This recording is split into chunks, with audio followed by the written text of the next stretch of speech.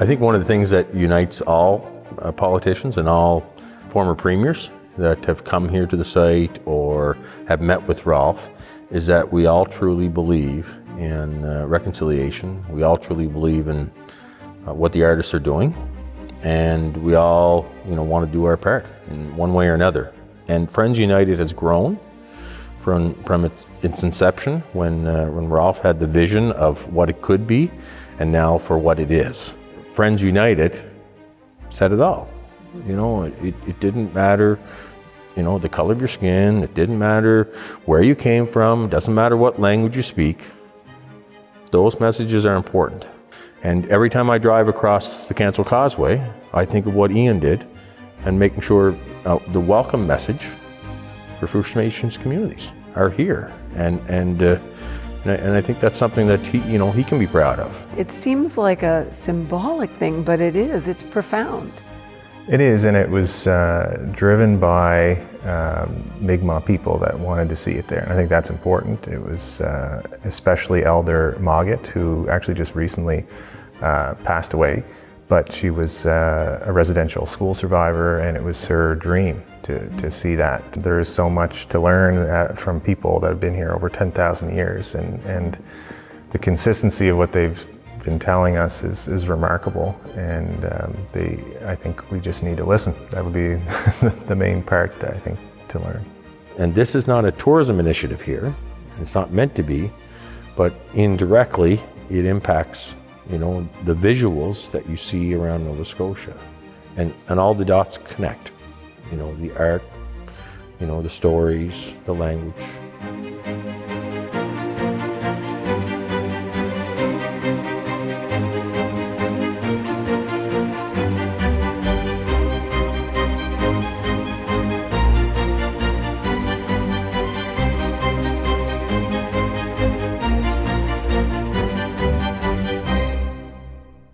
Hello and welcome, Gwe, to the Friends United International Convention Centre in Unama'ki, Cape Breton, Nova Scotia, Canada.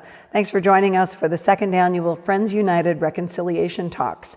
I'm thrilled to be joined now by two former premiers of Nova Scotia, the Honourable Rodney MacDonald and the Honourable Iain Rankin. Thank you. It's my honour to sit here with you today. It's my pleasure to be here. Oh, it's great to be here and join yourself and both and Iain, of course, as well. And we both have roots in the Mabou area, in the western side of Cape Breton. And the name of this center, of course, is Friends United, which means so much. And I thought that's such a perfect framing of this conversation, because you come from different sides of the aisle, but we're joining together in conversation today with a really important purpose. And you, I think, had said you're friends. Yeah. It goes back before I was born. Our families, I think, grew up in the same street, Back Street in Mabou, and lots of connections there musically. And so I always thought a lot of Rodney, and I reached out to him before I was elected as an MLA. Didn't serve in the House together. He was retired before I was elected, but always stayed in touch. And I was happy that he actually introduced me to Rolf in this building. So it was a good opportunity.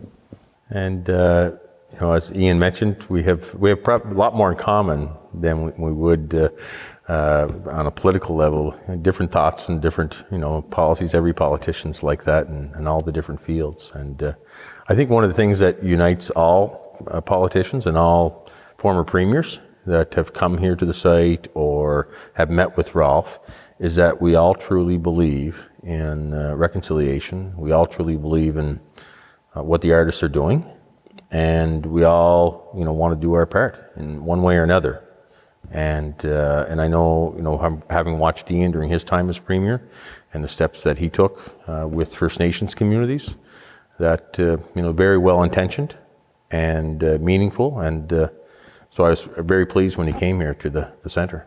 Mm-hmm. So you introduced him more recently, but you've been hanging around for a while. I've been hanging around since a while. When Rolf first talked about the initiative, and and we spent time, of course, going around Nova Scotia and speaking with First Nations leadership, elected and unelected as well.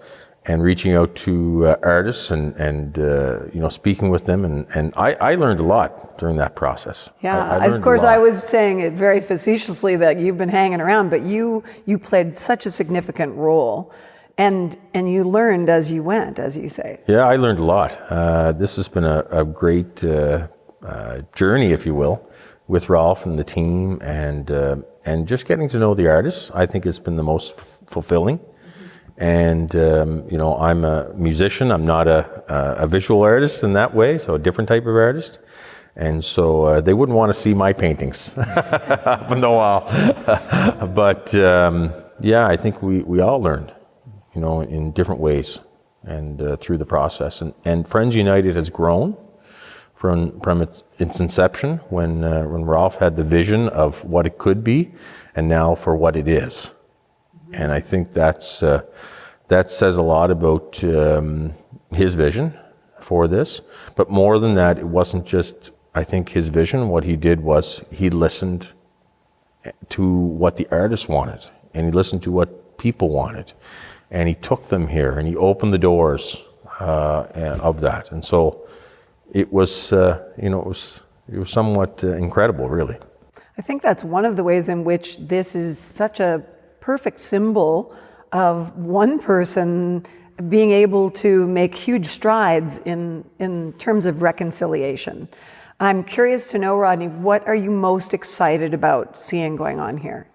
What I'm most excited about is what the future will be for the center and for the artists. And what does that mean for them in their own communities? What does that mean for younger people that are going to come along and see their artwork if they're walking through the airport in Halifax, or if they're in the Premier's office and they see it there, or if they're in a school and they see it there? What does that mean for them, and how will that impact their lives, both on a confidence level of, I can do this, I see Loretta Gould, she did it, I can do it too. And I think that's important. I think that's really important for our young people. And I think the results are, speak for themselves. That's already started. The confidence. Confidence means a lot. And giving them hope, giving people hope.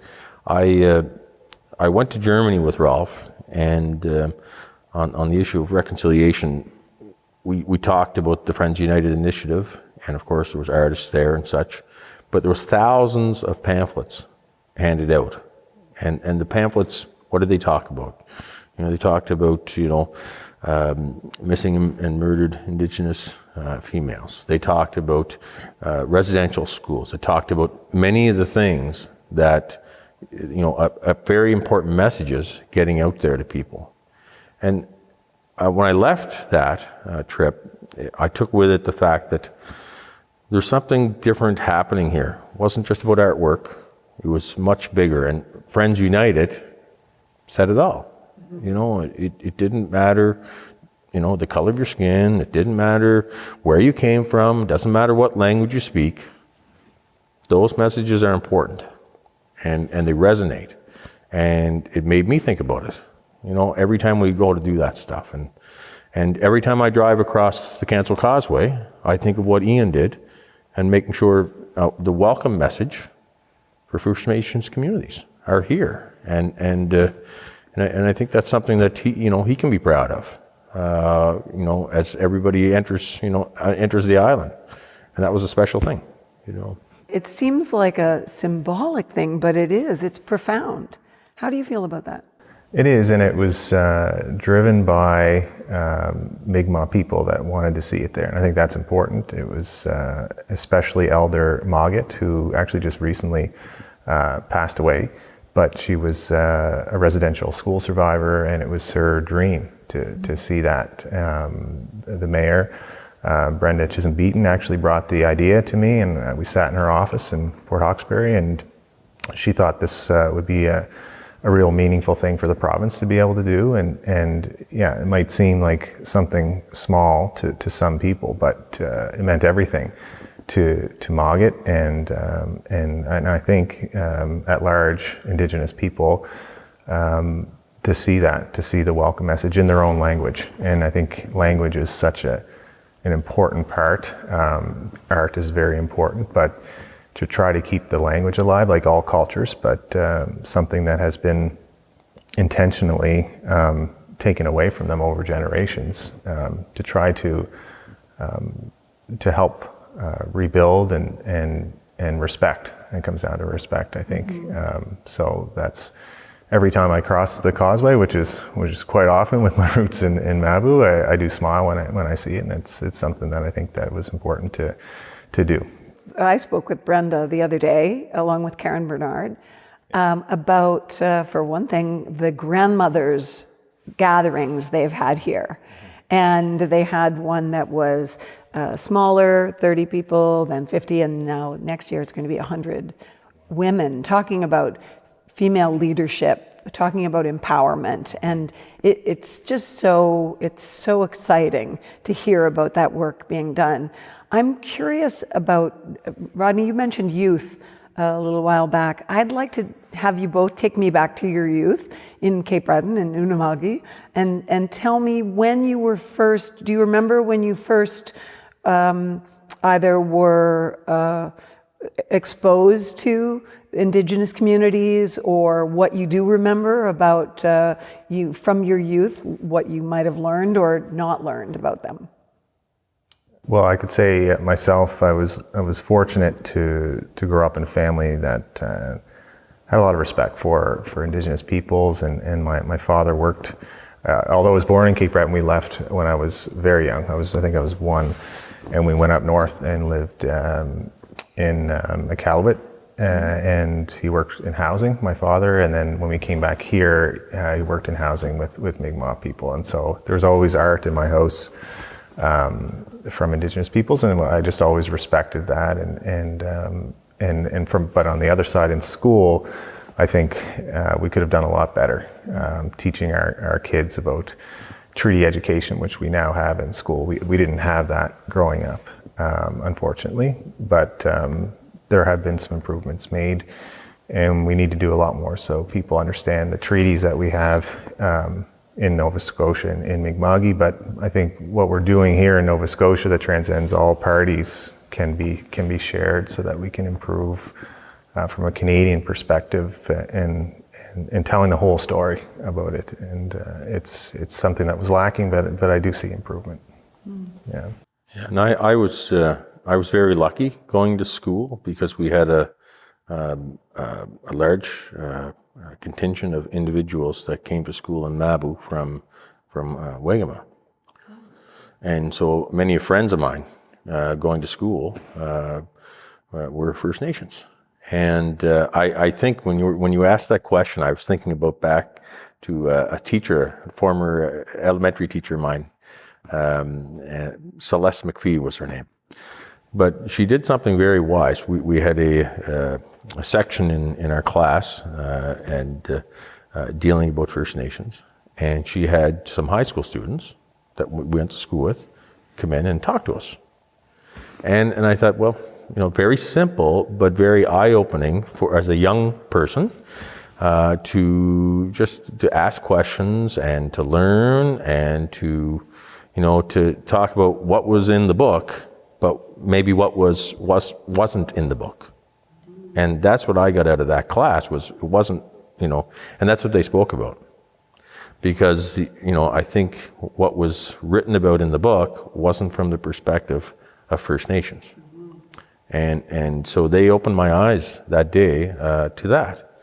And I'll never forget that. And so for me, I was very lucky as it was very normal, whether you were playing sports, I could look across and my line mate was from Waigama. I never thought anything of it. We went to school together, we hung out together, and so in that regard, and then of course had the good fortune to represent them as an MLA and go to every house, and that was another eye opener for me, to go inside of every door and to hear firsthand what was working and what wasn't working, and in that regards, or as a teacher as well in the First Nations community. And I realized, although I was an hour away from the community I taught in, I felt like a million miles away. Yeah. Because the issues that they were dealing with were not the same as I was dealing with at home. I wasn't dealing with near the issues they were dealing with. And it gave me a better appreciation for I guess how little I did know. What I thought I knew, I didn't know. And yeah, if you look at the recommendations, they are split between acknowledgements, understanding, and action. And that's so key. How can you take action without understanding? And how can you understand without immersing yourself? I'm curious to know, for both of you, how your vision of reconciliation, or the concept, or the word, differs now from what it might have been 10 years ago, because of everything we know and everything that came out through the commission and so on. Yeah, well, I think it's to be a lifelong learner helps, and listening to Indigenous peoples themselves, and the concepts of two-eyed seeing, I think, are becoming more widely known, where you have the Western lens that we all have been accustomed to, and including Indigenous traditional knowledge in our policies, having, in our case, Mi'kmaq at the table on boards. It's so important. When we talk about art and people seeing their own art, it's also important for people to see themselves reflected in our institutions. And I think that has been something that I've learned and really tried to emphasize when we're making policy changes. And I think that's going to set the foundation for better laws and better approval processes for things in our province. But we need to continue to learn. There is so much to learn from people that have been here over 10,000 years, and the consistency of what they've been telling us is remarkable. And I think we just need to listen. That would be the main part, I think, to learn. And do you feel like there is a much greater willingness to listen now in the political world? I do. I see it in all three parties. I see some improvement, but it's up to all of us, and I think collectively, to help educate people so they can understand, again, what has happened, where we've come from, and what there is to do. Mm-hmm. Rodney? yeah, I think the acknowledgement is much greater today, and I think over the last 10 years, I think it's important for the those in political life and just the public in general, first of all, to acknowledge what has, the past wrongs, if you will, and what the real story is. The acceptance of that, I think, is, it's easy not to accept that and to pretend it didn't happen or it's not happening today. So I think the acknowledgement, the acceptance, and then, moving forward. And I believe that all the political parties and the governments, have had to open their eyes, and our government's included, whether it was one that Iain was leading or I was leading or others. And, you're not changing a year or two of history, you're changing hundreds of years of history. And change happens slowly. But a huge change, I think, in the last decade or so that I see, and I think that change, I noticed that in the Gaelic community, and I can use that as a connection, just because to understand, say, where my parents' generation would be, having grew up with a loss, or your parents, Iain, in both our cases, which was much different than our grandparents' generation, who, for instance, language-wise, who were native speakers. And there was a feeling for them that, and I think it's the same in many First Nations communities, that all of a sudden there was a loss of a lot of language and cultural identity in that way.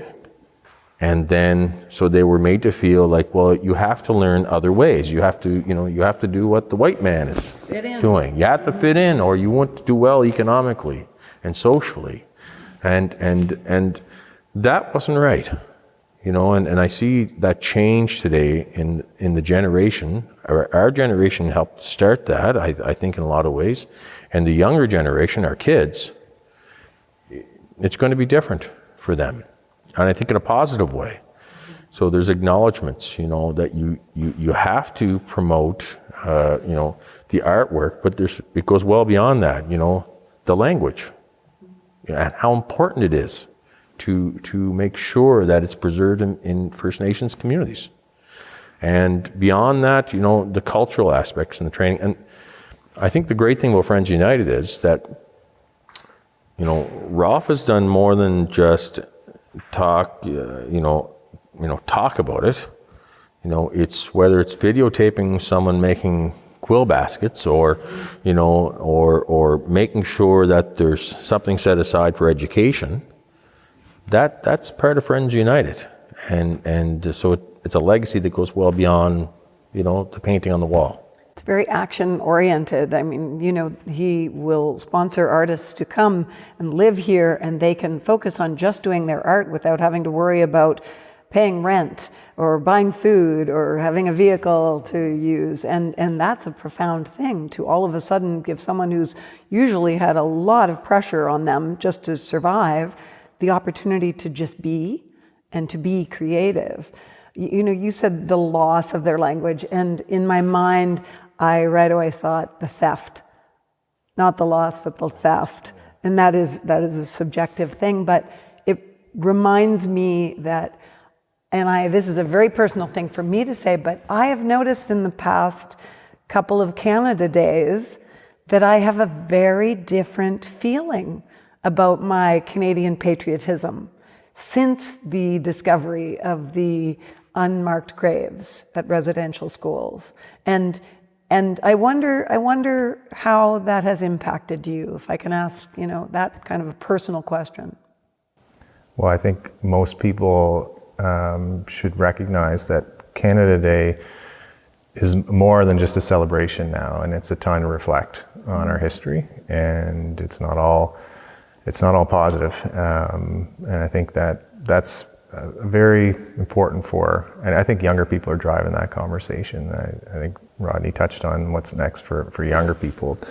The intergenerational trauma that has been, I think not a lot of people realize that or not enough people realize that it was very intentional on behalf of our governments and of the past. It was in law to assimilate people. And so that could be hard to reconcile, and I think the acknowledgement piece is part of that. So Canada Day has to include that. It has to include the voices of Indigenous peoples if we are going to move forward together with the recommendations, and it should really bring out other sentiments than traditionally what we thought was just a celebration. I love that perspective. It's not just the rah that often we associate with the U.S. July 4th. It's a more introspective potential possibility. Yeah.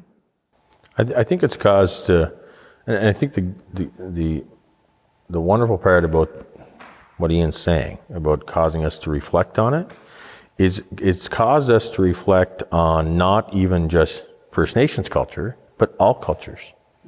To say, okay, let's take a look at our history and Friends United.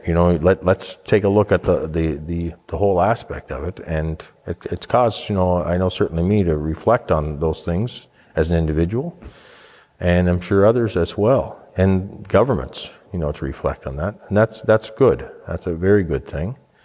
How we take it from there, that's the next question as a country.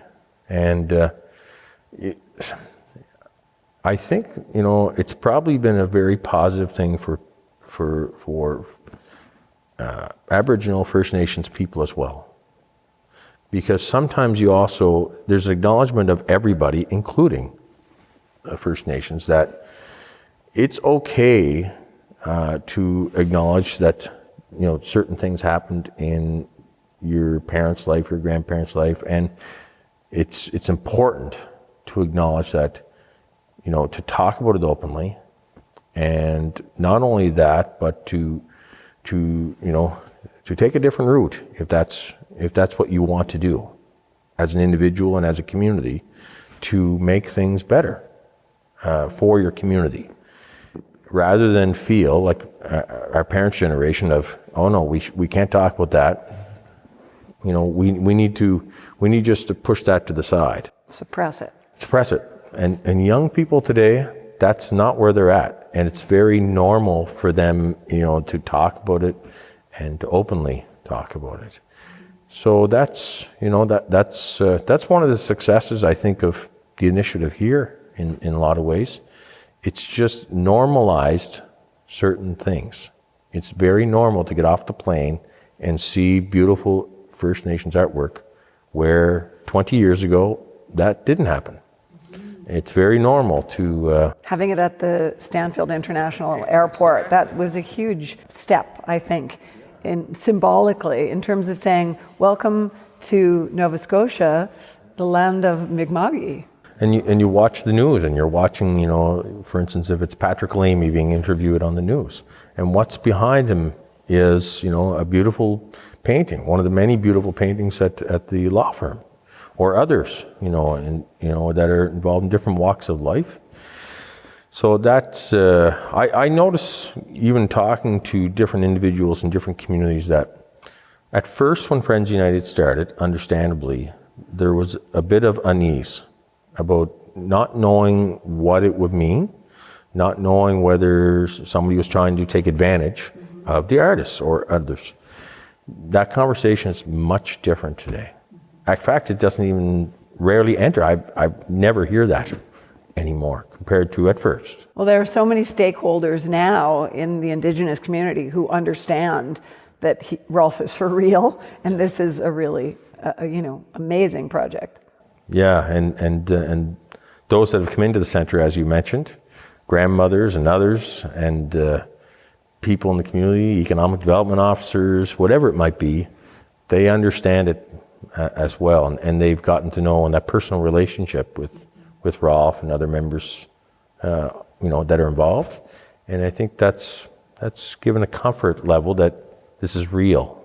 It's not a figment of the imagination. It's the buildings here, but it's more than that. It's actions, as you mentioned earlier, and actions speak louder than words. I loved the story you told about being in elementary school and having the teenage Indigenous youth come into the elementary grade and talk about what it was to be Indigenous. And I thought when you were saying that not only was that great for the little kids who were learning it, but for the representatives who were coming in to talk about their culture and to be respected and listened to and seen. And I think that's also what goes on here. I think that's part of, I talked to Carrie Prosper about Sandra Simon's quill baskets you mentioned. And he said that, he watched her not only improve in her art, but he saw her self-esteem change in such a dynamic way when her art was here and being shown off and proudly displayed. It meant so much to her as a human being to be seen in that way. That's powerful. Why did you get into politics? There's a quick turn, but it's connected, trust me. That's a common question. For me, it was about my community and just trying to make a difference very much at the local level and improving schools and more opportunities for recreation for kids growing up that I didn't have as much at the time. The Timberley was a kind of a much smaller community when I was growing up, and it's kind of exploded on the cusp of Halifax, the suburbs there, and so I was fortunate to be elected, but I've always kept the principle of trying to help people, and especially people that were disenfranchised or people that needed just a leg up once in a while, and I think that was still is a privilege, and becoming premier was just taking that to the level of province-wide and even serving as a minister in pretty important departments, environment especially, a passion of mine. And I think all those things are connected. It comes back to public service. As you would know, growing up in a family that has served the public over generations, I think it's just so important that I just couldn't say no to all of those opportunities for myself. Well, like Iain, I grew up in a house where we had municipal politicians for fathers. And so you couldn't really get away from many of the things that were happening, but the benefit of that was seeing the difference like local community projects could make and organizations and that sort of thing. So, like Iain, you get into it to make a difference for people in your community. I haven't seen anyone get into the political arena that haven't been, entered it for the right reasons. Genuinely, I feel, regardless of what party they run for, whatever it might be, they're there to make a difference for the people they represent. Sometimes it's a project that they say, well, I really want to see this project happen. For me, it wasn't that. It wasn't a particular project. It was many, many projects, or just wanting to help out, and trying to give opportunity. At the time when my son, when I got elected, my son was about a year and a half old. Wow. And so. Sound familiar, Iain? Yeah. Iain has a. Mine just turned one, yeah. so. Yeah. So it's, your perspective starts turning to, okay, what's life going to be like for them when they're, when they graduate in school or graduate from school, like, what can we do to make, our local arena better? What can we do to make our school better? Or what can we do to improve roads so there's economic opportunity, and then you translate that further, you become in cabinet. I was like Iain, becoming a young cabinet minister, and then beyond that you become a young premier. And we are both young premiers. And it's hard to believe we're close to the same age. No, we're not. But, and then you have a different perspective, I think, as a young premier. And that's a positive. We've had some fairly young premiers in the last few years, relatively speaking. So. Mm-hmm. So one of the answers I hear there, if I'm reading between the lines, is dealing with inequality, trying to fix issues of inequality. And when you think about our Indigenous cultures in Canada, there are so many fronts on which we need to make a lot of progress, whether it's justice or health and wellness or the moderate fishery, whatever that means, that the issue of that being so open to interpretation. Where do you start? Can you be Monday morning quarterbacks as people who are no longer premiers? I know you're still in politics, but can you give me an idea of your vision of how you start to really make a difference on all those fronts? Well, I think you don't try to boil the ocean, as they say. I like that phrase. You try to work with people and realize that you're in these offices for a finite amount of time. Mine was pretty short, but it was in the context of COVID, which completely highlighted the inequalities that you reference in our society. And you just have to try to look. Justice, you mentioned, that's a huge one with such overrepresentation of Mi'kmaq and African Nova Scotians that are incarcerated. Like that, those are societal issues that have been because of systemic racism, and sometimes that's hard for people to even say. So I made it part of like my leadership campaign going into the office to create institutional changes with the new Office of Equity and Anti-Racism and making sure that you have leadership from Indigenous people at the table. And so those structural changes, I think, can set in motion long-term initiatives. So the new government has kept that office in place.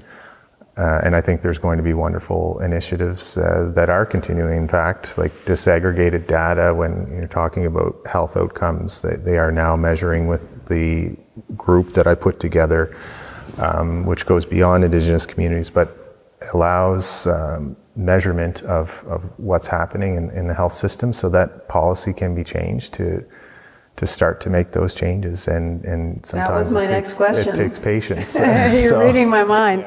Because, there was a time, my impression is there was a time when we didn't want to ask about race in terms of getting data, but now we're realizing how important it is in order to address the issues. We've got to know about them. It's that, again, it's the acknowledgement, understanding before you can take action.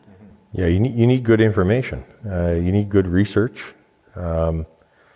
If you're developing something, you need the research. Then you need whatever, I guess, that product is, if you will, and then you need to take it beyond that to market it, or to make sure you educate in the correct way, or whatever it might be. And I was thinking of something in Nova Scotia the last 50, 60, 70 years since we've been marketing it as a tourism destination. How little of that marketing was for Indigenous communities. Absolutely. And how unfair that was, especially probably from 1940 to 2000, where there was a particular focus, and it didn't include First Nations community, and how wrong that was. I was thinking about in 1995, I was as a school teacher. I had an exchange with another teacher, and we went to Scotland. But the group that came from Ploughton, Scotland, here, the teacher and the students, what was it they wanted to do? They went to Waigama, and they made a visit, and that was the highlight of their trip. Wasn't about coming to visit, the other students, and that's what they wanted to do. At the time, I stepped back a little bit, because I started realizing that what they wanted to see was the culture that was here, not the culture that came from Scotland, or other countries. They could see that, at home. But what was unique here was what was in, Waigama and Eskazoni and Membertou and all these communities. And it was very different for them. And I thought that was it was a real eye-opener. And it took them to say it to me to click into that. And so I think we're starting to do a better job in the last number of years. In the last 20 years in Nova Scotia, I think there's much more. It's beginning, and there's much more assistance in developing great trail systems, if you will, or make sure the stories are told at different centers, and this is not a tourism initiative here, and it's not meant to be, but indirectly it impacts the visuals that you see around Nova Scotia, and all the dots connect, the art, the stories, the language. I mean, North American Indigenous Games next summer. How wonderful is that? And that's an exciting thing for Halifax. It's exciting for Nova Scotia. It's exciting for youth athletes.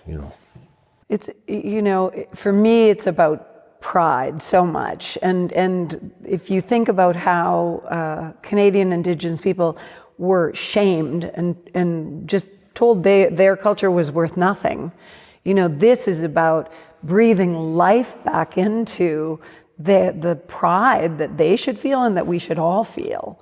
And I am looking forward to that so much. I'm aware, again, that you two are on different sides of the aisle politically, and I have to say that the party system is no party these days in politics. It's such a divisive world. I'm curious about what you think government in Canada or anywhere can learn from a model of governance in the Indigenous cultures. I think the word respect, respect of elders, respect of community, and the importance of listening to others in the community and being respectful. I mean, I think, whether it's in the House of Assembly in Halifax or if you're in Ottawa, we need to really step up the game as governments and as politicians to make sure that it's always a respectful dialogue.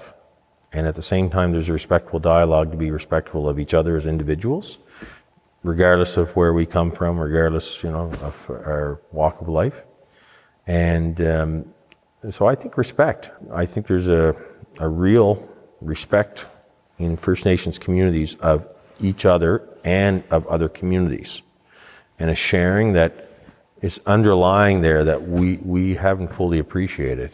And so I guess that's the word that comes to my mind on that level. And of course, I'm out of the political arena these days, so but Iain's in the hot seat. Iain's in the hot seat all the time. But yeah, I think that's something that's important, to keep in mind. Yeah, increasing the dialogue amongst different orders of government, and I think it was Rodney that brought in the annual meeting with chiefs with the cabinet. I think that just shows the respect, but it shows that you can learn from one another on how to understand what's happening in their communities and how we can work together to improve outcomes. And I think that's the concepts and the education in schools and the art and representation, institutional change, all of those things I think overlap and are related.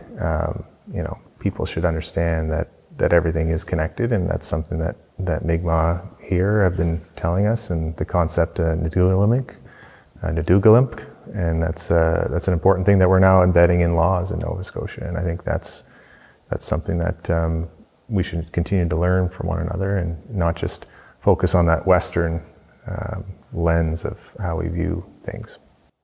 As premiers, you were both also in charge of the Indigenous portfolio, now called ILNU, right? ILNU, yeah.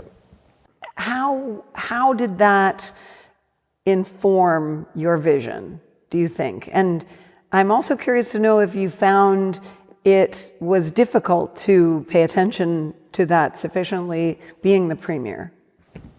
I didn't. I found that it was a respect thing, that the minister that was so-called the highest of the government, the premier, saw that as being equivalent, that the premier should be having that very important relationship with the 13 chiefs and staying in contact with them. We renamed it because it was something that was important after discussing with chiefs, especially here because it's Mi'kmaq, using the language, going back to what we were talking about, how language is important.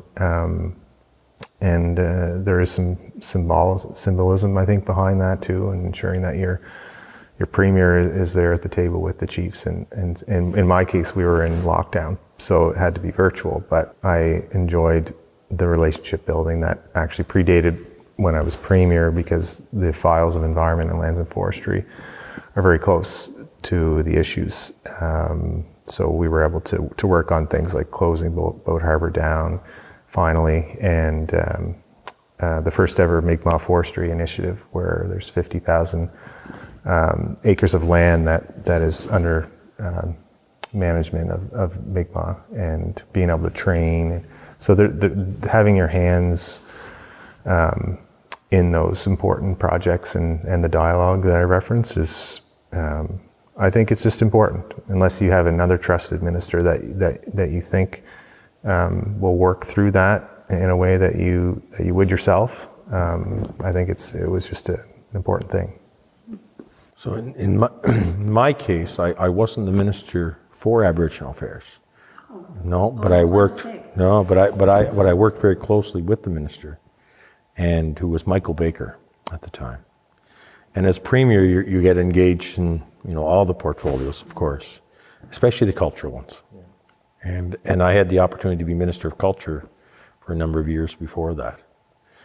So Michael Baker, came from the Lunenburg area and had a legal background, but he also had a history background, and from an education perspective, he was very critical, if you will, in different negotiations around tripartite, and being some of the first in Canada to have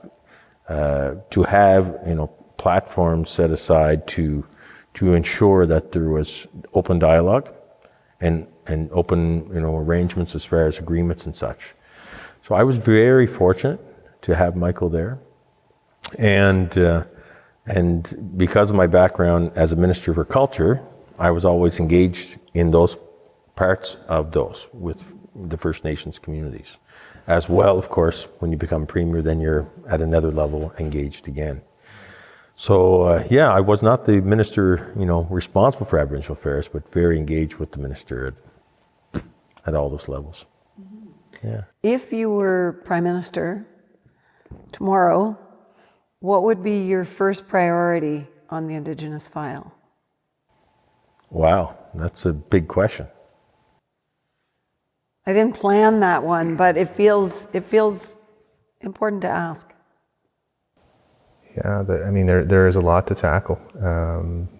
Especially, I would work through the Truth and Reconciliation recommendations, and I think the way you do that is with your representations of the National Chief, the head of Inuit, and the head of Métis.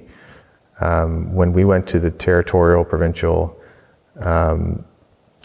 meetings as ministers, at least in my time, we would have representation there for environment, and they would be part of those discussions for part of the day. And how you work with them to come up with some things, I think could be brought up to the national level, and the Prime Minister should, number one is to make sure they're working together. Yeah. One of the great things as a Premier and the Premiers of the Federation do before their meetings is meet with First Nations leadership before every conference and other times throughout the year, but in particular before their annual conference.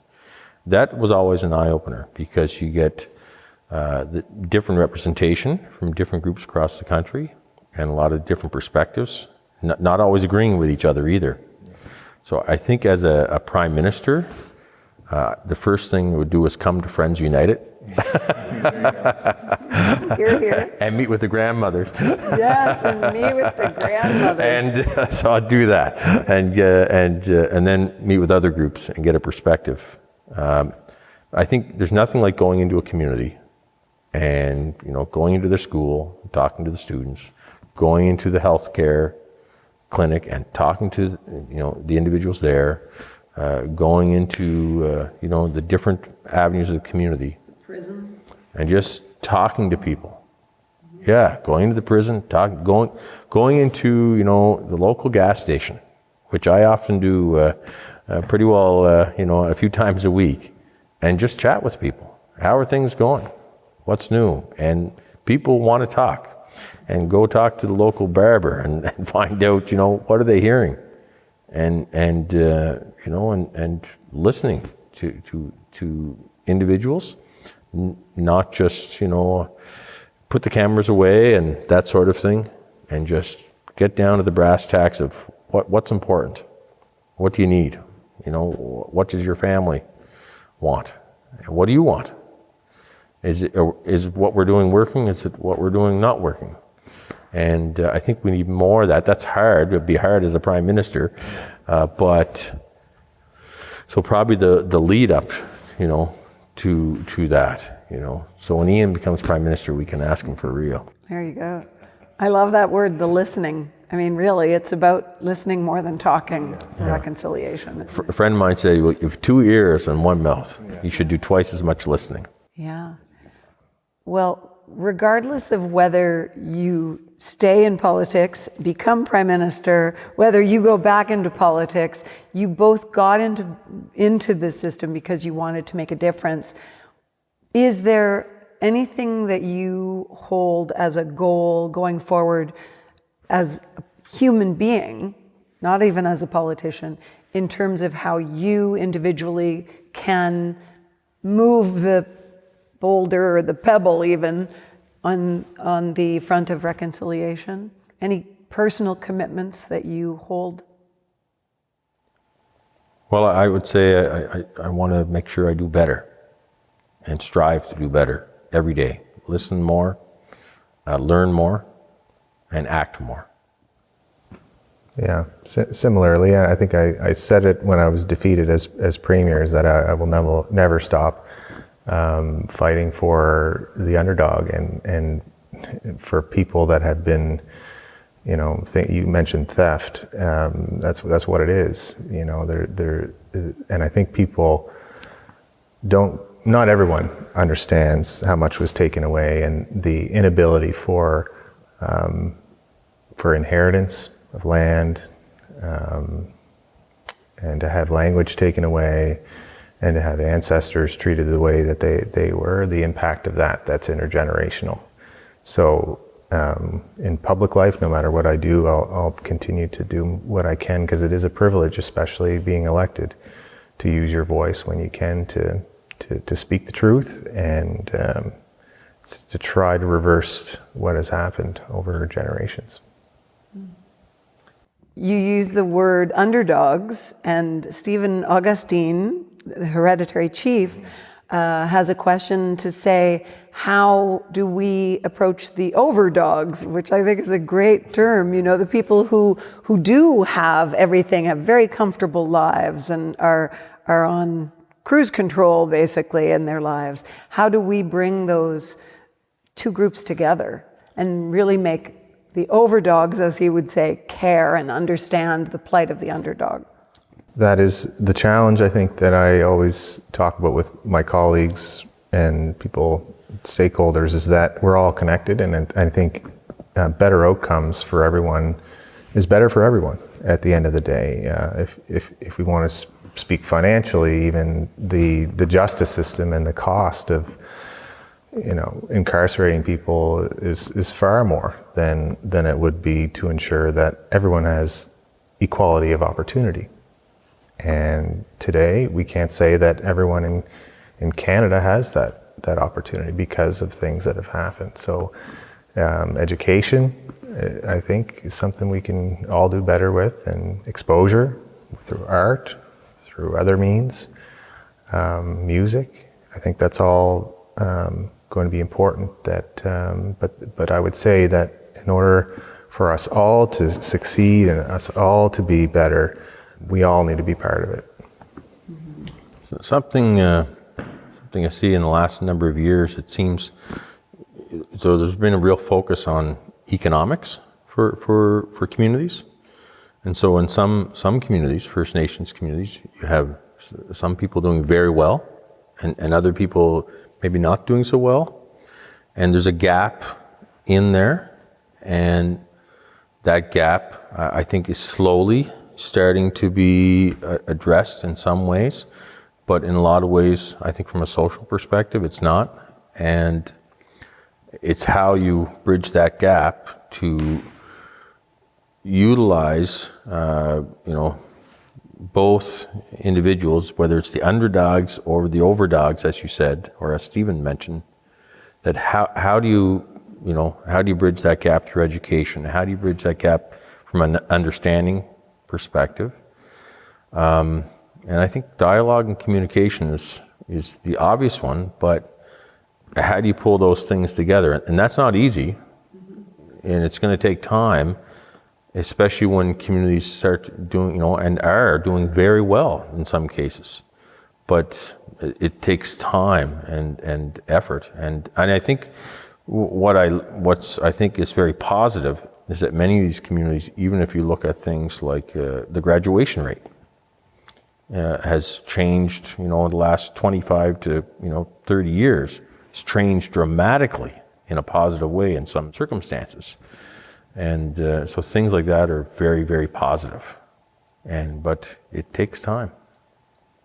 It's a global issue as well. When you think in those terms, I really think that's powerful. The underdog and the overdog, it's that 1% or 0.1% of people who hold so much wealth and don't have any experience with people who are living at this end of the spectrum. And it's creating conversation and bringing people together. And I do think that's a role that Rolf and Friends United are really trying to tackle, to bring different groups of people together and make sure everybody's speaking the same language, so to speak, or as one of the artists said earlier this week, approaching life as part of a human family. I think the mentorship part, that's one of the reasons why the mentorship part is important for Friends United. You have someone that's done very well, as an example in the art world perhaps, and others that are just beginning. And so mentoring them together, I think has helped, nurture and foster the beginning artist. I can't help but think of Loretta's story. Loretta Gould, absolutely. Yeah, and what simply, what Rolf was able to do by giving, paints and canvas and other things that changed her life. And she talks about that, of course, very openly.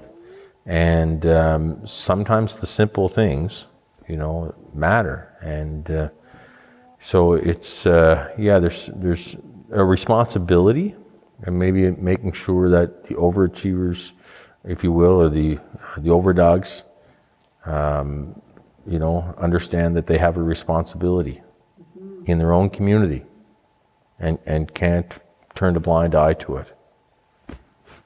Loretta is a great example. In fact, there's that concept of we don't want you to work for us, we want you to work with us. And Rolf gave Loretta the materials with which to paint, but she did the work and she learned and now has become one of the foremost Mi'kmaq artists in the province. In fact, the new logo of the brand authentication for Mi'kmaq art is partly Loretta's. It's Loretta and Alan Syllaboy. So that's a beautiful example. Yeah, that's the great thing about the initiative here. There's stories with each artist.